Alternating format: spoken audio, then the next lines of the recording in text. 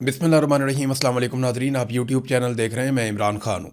हुकूमत ऐसी बातें करती है कि जिसकी कोई लॉजिक ही नहीं होती। यानी एक तरफ ये कहते हैं कि हम सऊदी अरब की सिक्योरिटी का बंदोबस्त करेंगे, एक तरफ ये कहते हैं कि हम खित्ते में बहुत बड़ा किरदार अदा कर रहे हैं, और दूसरी तरफ एक शख्स को अस्पताल लाते हुए डरते हैं। वो कहते हैं जी इमरान खान को सिक्योरिटी प्रोवाइड नहीं कर सकते थे, इसलिए हम उन्हें दूसरे अस्पताल में ले गए, और एक सिचुएशन पैदा हो गई कि कारकुन निकल आए थे। वो तो जो पाकिस्तान के अंदर कंट्रोल्ड इलेक्ट्रॉनिक मीडिया है, जो पाकिस्तान की मिलिट्री एस्टेब्लिशमेंट जिसे कंट्रोल करती है, उस इलेक्ट्रॉनिक मीडिया ने भी पोल खोल दिया। हत्ता कि उनके अपने रिपोर्टर्स ने ये कहा कि जनाब लोग तो 1 किलोमीटर दूर थे और ये पार्टी के कारकुन नहीं थे, ये कोई झंडे लेकर नहीं आए थे, ना ही पार्टी की जानिब से कोई कॉल दी गई थी, बल्कि ये तो फैमिलीज थी जो अपनी मर्ज़ी से निकल कर आ गए कि शायद इमरान खान की कोई झलक देखने को मिल जाए। और जो लोग ज़्यादा करीब भी थे वो भी 1 किलोमीटर दूर थे, और अगर लोग सड़कों के किनारों पे खड़े थे तो वो एक झलक देखना चाहते थे इमरान खान की, और कोई बात नहीं थी। इससे पहले जब भी इमरान खान को मुंतकिल किया गया या अस्पताल में इलाज के लिए लाया गया तो खामोशी के साथ छुपा कर लाया गया। ये पहली मरतबा था कि लोगों को पहले से आइडिया था कि इमरान खान अब यहाँ से गुजरेगा, तो ये तो ऑब्वियस था कि लोगों का रश लगेगा। इमरान खान साहब बहुत मकबूल हैं आवाम के अंदर, अब वो बाकी पॉलिटिकल पार्टी से आगे निकल गए हैं, ये हम सब अच्छी तरह जानते हैं। तो कहने को तो हम सऊदी अरब की हिफाजत करेंगे, लेकिन हम साबिक वज़ीर आज़म को अस्पताल तक नहीं ला सकते ट्रीटमेंट के लिए। बातें हमारी कितनी बड़ी हैं। गुज़िश्ता 2 दिनों में कम से कम ये चीज़ क्लियर हो गई है, और पाकिस्तान की मिलिट्री एस्टेब्लिशमेंट को एक बहुत बड़ा सबक सीखने को मिला है कि आज भी लोग इमरान खान के साथ खड़े हैं, और अब भी इमरान खान पाकिस्तान में सियासी लीडरों में सबसे ज़्यादा मकबूल है, और लोग उसके साथ बदस्तूर उसी तरह खड़े हैं जैसे माजी में खड़े थे। तो ये तो उन्हें पता चल गया, जैसे एकदम पूरा माहौल बन गया था पाकिस्तान में। सबकी तवज्जो का मरकज़ इमरान खान था, सबकी तवज्जो का मरकज़ शिफा इंटरनेशनल अस्पताल था। तो ये मिलिट्री एस्टेब्लिशमेंट को आइडिया हो गया कि सारा कुछ करने के बावजूद वो लोगों के जहनों से इमरान खान के नक्श नहीं मिटा सके। अब आ जाए नाज़रीन एक बड़ी बारीक चीज़ के ऊपर। हर बंदा ये सवाल कर रहा है, बहुत सारे लोग हमें मैसेजेस करके ये क्वेश्चन कर रहे हैं, यहाँ सोशल मीडिया पे बहुत सारे लोग यही बात पूछ रहे हैं। वो जानना चाहते हैं कि एक्चुअली हुआ क्या, और क्या इमरान खान साहब की बहनें जो बात बता रही हैं इसके अलावा भी कोई बात है जो बताई जाए। ये हुकूमत ने पहले कहा, उसके बाद वो मुकर गए। पहले कहा अस्पताल लाया जाएगा, फिर अचानक से जजेस ने फ़ैसला दे दिया, फिर ख़बर आती है कि फ़ैसले पे अमल होगा, फिर अमल दरामद नहीं हुआ। ये सारा कुछ क्या हुआ, मैं आपके सामने हकीकत रखता हूँ, लेकिन पहले मैं 2 लोगों की बात आपको सुनवाना चाहता हूँ। एक बड़े बाखबर सहाफ़ी हैं असदुल्ला खान साहब। ये इन्हीं की खबर से सारा मामला शुरू हुआ था जब इमरान खान साहब की आंख का इलाज शुरू हुआ। तो असदुल्ला खान साहब ने यह कहा कि इमरान खान के लिए ट्रैप बिछाया गया था, जिससे इमरान खान बाल बाल बचकर निकल गए हैं। कहा जाता है कि इमरान खान भी जेल से तंग आकर अस्पताल रह रहे हैं, यानी ये कहना था कि वो जेल से तंग आ गए, वो भी अस्पताल में आ गए हैं। इमरान खान ने इनकार कर दिया। इमरान खान को जब आखिरी वक्त में कहा गया कि आपको एक अरेंजमेंट या डील के तहत अस्पताल ले जा रहे हैं, आपने वहाँ रहना है, तो इमरान खान साहब गुस्से में आ गए। उन्होंने कहा मैं इतनी मुश्किल जेल काट ली है, अब मैं डील का दाग लेकर नहीं जाना चाहता। और ये आपको किसने इख्तियार दिया है, वो कौन है जो मेरे बिहाफ के ऊपर गारंटियाँ देता फिर रहा है। ये तो असदुल्ला खान साहब ने खबर दी है। देखिए कुछ चीज़ें और भी हैं, वो मैं आपके साथ अभी शेयर करता हूँ, लेकिन जावेद हाशमी एक बहुत तजर्बाकार, ज़ीरक और पुराने सियासतदान है। वो क्या कहते हैं, ज़रा गौर से आपने ये अल्फाज सुनने, आपको आइडिया हो जाएगा कि ये अल्फाज की गहराई क्या है और एक्चुअली वो क्या कह रहे हैं थोड़े से अल्फाज में। उन्होंने कहा आसिम मुनीर ने जो जाल बिछाया था, उसी तारे अनकबूत में वो खुद नून लीग और पीपल्स पार्टी बुरी तरह फंस चुके हैं। यानी जो जाल इन्होंने बिछाया आसिम मुनीर ने, नून लीग ने और पीपल्स पार्टी में, वो इस जाल में खुद बुरी तरह फंस चुके हैं। ये जमातें अपनी हैसियत जानती हैं, सूबे बन गए तो इनका नाम लेवा भी कोई नहीं रहेगा। आसिम मुनीर तुम किस किस से लड़ोगे? पठानों से लड़ोगे, बलोचों से लड़ोगे, कश्मीरियों से लड़ोगे, सिंधियों से लड़ोगे, पंजाबियों से लड़ोगे, लड़ लो, नहीं हरा सकते। उस्मा खानम, नौरीन खानम और अलीमा खानम, आपका भाई इमरान खान आसिम मुनीर के इस दामे फरेब में नहीं आया। ये भी वही बात कह रहे हैं कि इमरान खान बाल बाल बच गया, दामे फरेब में नहीं आया। आप मुबारकबाद की मुस्तहिक हैं।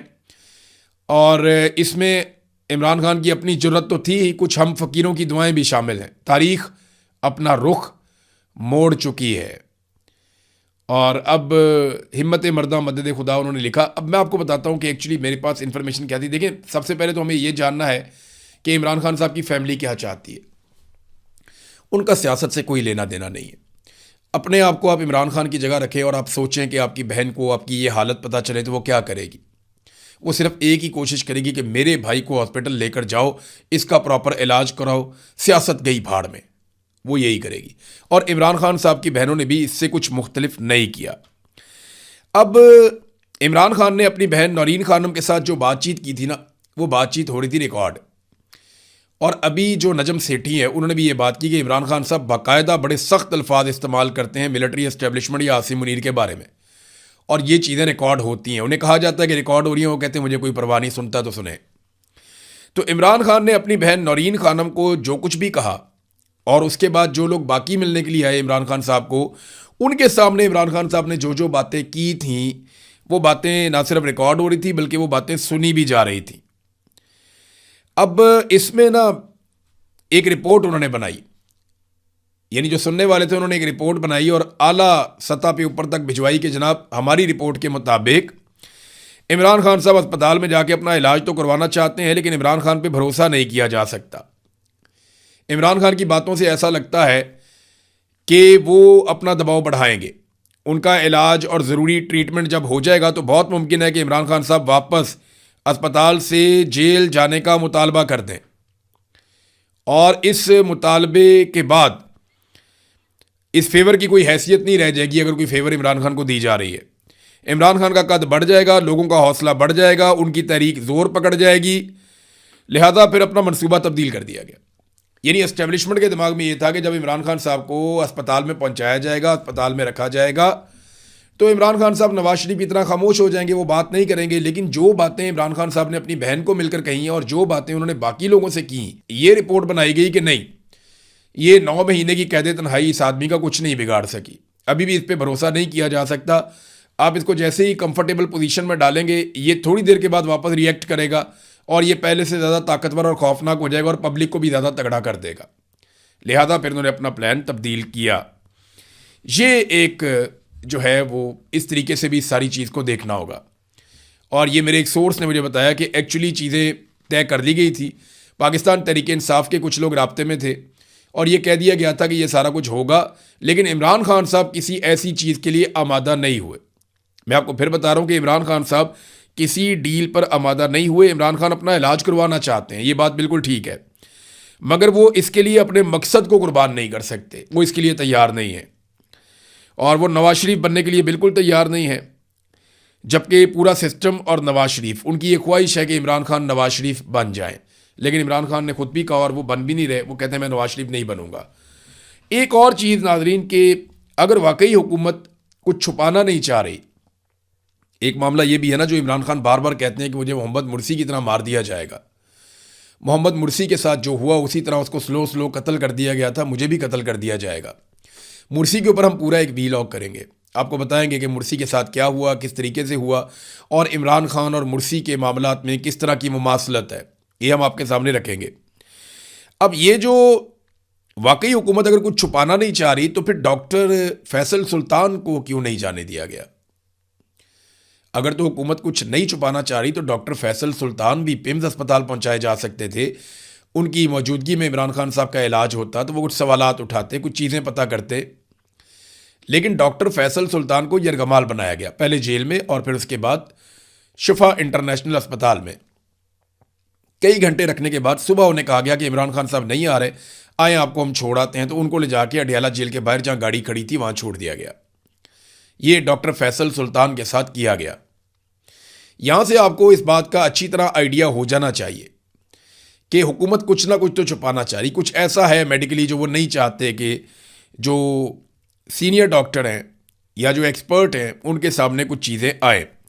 दुनिया पूरी में इमरान खान साहब के लिए आवाज़ उठ रही है। मीरवाइज उमर फारूक जो हुर्रियत रहनुमा है भारत में, मकबूजा कश्मीर में, उन्होंने एक स्टेटमेंट जारी किया। उनका स्टेटमेंट मैं आपके सामने रखता हूँ। उन्होंने कहा जी सियासी कैदियों के हुकूक यूनिवर्सल हैं, आलमी सतह पे हैं, जो जोग्राफिया, हुकूमत या सियासी वाबस्तगी से बालातर है, चाहे वो भारत हो, पाकिस्तान हो या दुनिया का कोई भी खित्ता हो। कैद में मौजूद अफराद के साथ वक़ार और इंसानियत के साथ पेश आना ज़रूरी है। उन्हें मुनासिब तिब्बी सहूलियात, ख़ानदान और कानूनी मुशीर तक रसाई और मुनसिफाना अदालती अमल मिलना चाहिए। अदालती अहकामात का एहतराम और कानून की हुक्मरानी को बरकरार रखा जाना चाहिए। सियासी इख्तलाफात कभी भी किसी कैदी को उसके बुनियादी हुकूक से महरूम करने का जवाज़ नहीं बन सकते। ये बात की है मीर वाइस उमर फारूक ने। आलमी सतह पे अमेरिका में, बरतानिया में, यूरोप में बहुत सारे रहनुमा, बहुत सारे सियासतदान, बहुत सारे जर्नलिस्ट, इंसानी हकूक़ की तंजीमें, हर तरफ से इमरान खान साहब के हक़ में आवाज़ें उठ रही हैं और बड़े पैमाने पे आवाज़ें उठ रही हैं। लोग लेटर्स लिख रहे हैं, इसके ऊपर डिबेट हो रही है, बातचीत हो रही है, NGOs इस पे काम कर रही हैं। तो ये जो जुल्म किया गया है ना, इसने पूरा का पूरा सिनेरियो तब्दील किया। पाकिस्तान तहरीक इंसाफ के अंदर जो मीटिंग हुई, उससे भी एक चीज़ सामने आती है कि वहाँ जो लोग वफामत पे यकीन रखते थे तहरीक इंसाफ में, एक ग्रुप ऐसा भी है ना, वो चाहते हैं कि बातचीत की जाए, कोई मसले का हल निकाला जाए। हर जगह पे, हर जमात में, हर ग्रुप के अंदर लोग ऐसे होते हैं, कुछ सख्त गिर होते हैं, कुछ नरम किस्म के लोग होते हैं। लोगों का अपना अपना तरीका होता है मसाइल को हल करने का। तो तहरीक इंसाफ में जो लोग मफामत पर यकीन रखते थे, ये 2-3 दिन में जो कुछ भी हुआ वो दीवार के साथ लग गए। और यानी उनका अभी भी मौक़िफ़ है कि ये हुकूमत कर रही है, हो सकता है एस्टेब्लिशमेंट ना कर रही हो। 2-3 दिन में जो कुछ भी हुआ है, उनकी जो कोशिशें हैं उसको नुकसान पहुंचा है।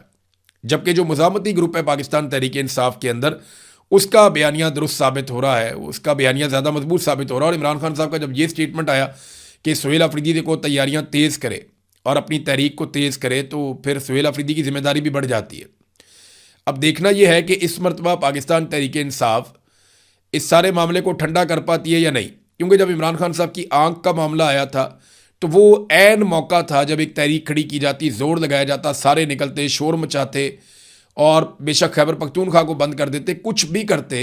इमरान खान ने तो पहले ही कहा था कि जब मुझे कैद तन्हाई में डाला जाए तो सूबा बंद कर देना, तो इन्होंने तब सूबा बंद नहीं किया था। तो बहुत सारी चीज़ें जो इमरान खान साहब ने कही वो नहीं की गई। तो सुहेल अफरीदी को ये दबाव तब डालना चाहिए था, पाकिस्तान तहरीक इंसाफ की क़यादत को, सूबाई हुकूमत को डालना चाहिए था, लेकिन उस वक्त इन्होंने इनडोर एहतजाज किया और इस सारे मामले को ठंडा कर दिया था। लेकिन अभी भी मौका है, सुहेल अफरीदी के पास अभी भी मौका है। वो इस मौके से फ़ायदे उठाकर नौजवानों की बड़ी तादाद को, यानी मिलियंस के अंदर वो नौजवानों को इकट्ठा कर सकते हैं, उनके बीच में जाएं, गली मोहल्लों तक अपने नौजवानों को भेजें, तमाम वज़रा की ड्यूटियां लगा दें, अपने साथ जितने नौजवान हैं किसी को सांस ना लेने दें, सबको भिजवाएं एक एक ज़िले के अंदर। आगे ज़िले के अंदर कमेटियां बनाएं, तहसीलों के अंदर कमेटियां बनाएं, यूनियन काउंसिल के लेवल तक जाएँ, हर गली मोहल्ले में वार्ड तक पहुँचें और हर जगह के ऊपर नौजवानों को इकट्ठा करें, उनकी रजिस्ट्रेशन करें, उनको उनकी ड्यूटियाँ बताएँ और बिल्कुल ऑर्गेनाइज तरीके से निकल कर आएँ। ये मिलियंस के अंदर लोग निकल आएंगे, ये हो सकता है, पॉसिबल है। इमरान खान बहुत बड़ा लीडर है, अगर उसके लिए भी कोई बंदे नहीं निकाल सकता ना, तो फिर उसको सियासत करने का कोई हक नहीं है जो नहीं निकाल सकता। बहरहाल अब देखते हैं, सुहेल अफरीदी की ड्यूटी तो बहुत बढ़ गई है और अब मुज़ामत वाले आगे भी आ गए हैं। तो होता क्या है, एक तो तहरीके इंसाफ की जानिब से अब ये एक तौहीन अदालत की पटिशन भी डाली जाएगी, वो आज के दिन में ही डाली जाएगी, देखते हैं उसका क्या बनता है। बहरहाल अपोजिशन इकट्ठी हुई मौलाना फजलुर रहमान साहब के घर में और उसके बाद मीडिया टॉक हुई, हुकूमत की काफ़ी बुराइयां की गई, दहशतगर्दी के मामला पे बात की गई, बलूचिस्तान, खैबर पख्तूनख्वा के अंदर जो कुछ चल रहा है, अफगानिस्तान के साथ जो मामला चल रहे हैं, ये पहले भी बात करते हैं, अभी भी बात करते रहे हैं। लेकिन क्या फजलुर रहमान साहब जो हैं वो अपोजिशन के इस इत्तेहाद के साथ मिलकर कोई बड़ी कार्रवाई डाल सकते हैं? देखिए, फजलुर रहमान साहब ने पिछले दिनों कुछ सख्त बयानात दिए हैं और बड़े सख्त बयानात देकर उन्होंने अपनी नेक नीयती साबित करने की कोशिश भी की है एस्टेब्लिशमेंट के खिलाफ।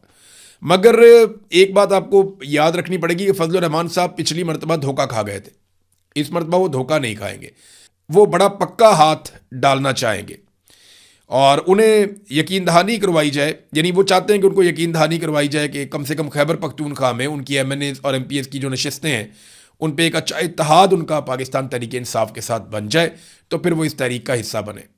फजलुर रहमान साहब इलेक्शन की सियासत करते हैं, वो ये चाहते हैं कि कौमी असम्बली में, सेनेट में और सूबाई असम्बली में उनके ज़्यादा से ज़्यादा अरकान हो और हुकूमतों के अंदर उनका हिस्सा हो। तो वो उनका मतबा नज़र वही होता है, वो पार्लिमानी सियासत करते हैं और पार्लियामेंट के अंदर ज़्यादा बड़ी तादाद में रहना चाहते हैं। तो पिछली मरतबा उनके साथ धोखा हो गया था, वो चाहेंगे और वो जानते हैं कि PTI को वोट पड़ना है, अगर उनका PTI के साथ एक इत्तेहाद बन जाता है तो उससे फ़ायदा भी होगा। बहरहाल फजल रहमान साहब जो हैं वो, उनकी सियासत बिल्कुल वैसी नहीं है जैसी इमरान खान साहब की सियासत है। फजल रहमान साहब की स्टेटस को की सियासत है, लेकिन इस वक्त क्योंकि मफादात सबके मिलते हैं तो ये इकट्ठे मिलकर भी चल सकते हैं। नाज़रीन, दुनिया भर में जो मीडिया है उसमें फील्ड मार्शल आसिम मुनीर को मिलने वाले नए बेमिसाल इख्तियारात की जो खबरें हैं वो छपी हैं, लेकिन पाकिस्तान का मीडिया इसके ऊपर कोई ज़्यादा बातचीत नहीं कर पा रहा। हालांकि फील्ड मार्शल पाकिस्तान के स्याह और सफ़ेद के मालिक बन गए हैं कानूनी तौर पे, और फ़ौज के अंदर इनको बहुत ज़्यादा इख्तियारात मिल गए हैं। मैं इन इख्तियारात के हवाले से कुछ थोड़ा सा आपको बताता हूँ। आप इख्तियारात का अंदाज़ा यहाँ से कर लें कि मुसल्लह फ़ौज पर जो अहम इख्तियार था सिविल हुक्मरानों का या सिविलियन हुकूमत का जो इख्तियार होता था मुसल्लह फ़ौज पर, ये 53 साल बाद बड़ी खामोशी के साथ उसे सरेंडर कर दिया गया आसिम मुनीर साहब के सामने। डिफेंस फोर्सेस का एक्ट 2026 उसकी मंजूरी से पहले रूल्स ऑफ बिजनेस 1973 में मुसल्लह अफवाज, आर्मी, नेवी, एयरफोर्स के 3 स्टार यानी lieutenant general, air marshal, vice admiral तक के तमाम अफसरान के कई अहम मामलात में सदर और वज़ीर आज़म की मुशावरत और मंजूरी लाजिम थी। यानी सदर का और वज़ीर आज़म का हिस्सा होता था बड़ी बड़ी तैनातियों के अंदर फ़ौज के तीनों शोबों में, बहरिया में, आर्मी में और एयरफोर्स में। लेकिन हालिया कानून की मंजूरी के बाद ये तमाम अहम इख्तियारात chief of defence forces field marshal Hafiz Asim Munir साहब के सपुर्द कर दिए गए हैं। अब नए बनने वाले रूल्स ऑफ बिजनेस नहायत अहमियत के हामिल होंगे, और उसकी वजह यह है कि अभी बहुत सारी पोस्टिंग्स आने वाली हैं, बहुत सारी तरक्कियां आने वाली हैं। तो ये सारा का सारा इख्तियार सियासतदानों से लेकर और सिविलियन हुकूमत से लेकर फील्ड मार्शल आसिम मुनीर साहब ने अपने हाथ में रख लिया है। बज़ाहिर ऐसा दिखाई देता है कि फील्ड मार्शल साहब की ताकत की भूख और लालच ये कम नहीं हो रही। वो लगातार हर 2-4 हफ्ते के बाद एक नया ताकत का इंजेक्शन लगाते हैं, कभी इस्तिस्ना, कभी एक्सटेंशन, कभी एक कानून, फिर CDF का ओहदा, फिर फील्ड मार्शल का ओहदा, और अब CDF को जिस नौयत के इख्तियारात मिल गए हैं ये तो बेमिसाल ताकत है। पूरी दुनिया में किसी आर्मी चीफ के पास इतने इख्तियारात नहीं है। नाज़रीन, अहमद फरहाद साहब के बारे में मैं दोबारा बात करूँगा। मैंने अक्सर बात की उनके बारे में और मुझे हमेशा उनके बारे में बात करते रहना है, क्योंकि अहमद फरहाद बहुत कीमती आदमी है। यानी इंसानों के हुजूम के अंदर कोई एक होता है ना जो सबका दर्द लेकर फिरता है, तो अहमद फरहाद उनमें से एक है। वो हर पाकिस्तानी का दर्द महसूस करता है, हर गरीब का दर्द महसूस करता है और उसको अल्फाज में ढालता है। ये उसका फ़न है, ये उसका हुनर है, ये सब लोग नहीं कर सकते। तो अहमद फरहाद के साथ बहुत ज़्यादती हो रही है। अब उनकी वाइफ ने बताया कि अहमद फरहाद ने भूख हड़ताल कर दी है, लगभग 2 दिन से ज़्यादा हो गए हैं वो भूख हड़ताल पे हैं और उनके वाइटल्स तेज़ी से गिर रहे हैं, सेहत उनकी बिगड़ रही है। मुतालबा उनका क्या है, आप हैरान हो जाएंगे सुन के। वो ये कह रहे हैं जिन लोगों ने उन्हें कैद करवाया हुआ है ना, उन्हीं के हवाले कर दिया जाए। यानी अहमद फरहाद कहते हैं कि पुलिस को छोड़ो, जेल जूल को छोड़ो, जिन लोगों ने मेरे खिलाफ ये सब कुछ करवाया ना, जो एजेंसियां इसके पीछे, मुझे उनके हवाले करें। ये मेरा मुतालबा है, वरना मैं खाना नहीं खा रहा। यानी और कितना आपने पाकिस्तानियों पे जुल्म करना है। अहमद फरहाद जैसा बंदा भी आपको काबिल कबूल नहीं है, आप शायर भी बर्दाश्त नहीं कर सकते, तो फिर आप क्या बर्दाश्त करेंगे। मेरा ये मुतालबा है और पूरे पाकिस्तान को ये मुतालबा करना चाहिए, सबको आवाज़ उठानी चाहिए, क्योंकि सबके लिए अहमद फरहाद आवाज़ उठाते हैं। लिहाजा अहमद फरहाद के लिए भी सबको आवाज़ उठानी चाहिए कि जितनी जल्द हो उन्हें रिहा किया जाए। अब तक के लिए इतने, अपना ख्याल रखिएगा, अपने इस चैनल का भी। अल्लाह हाफ़िज़।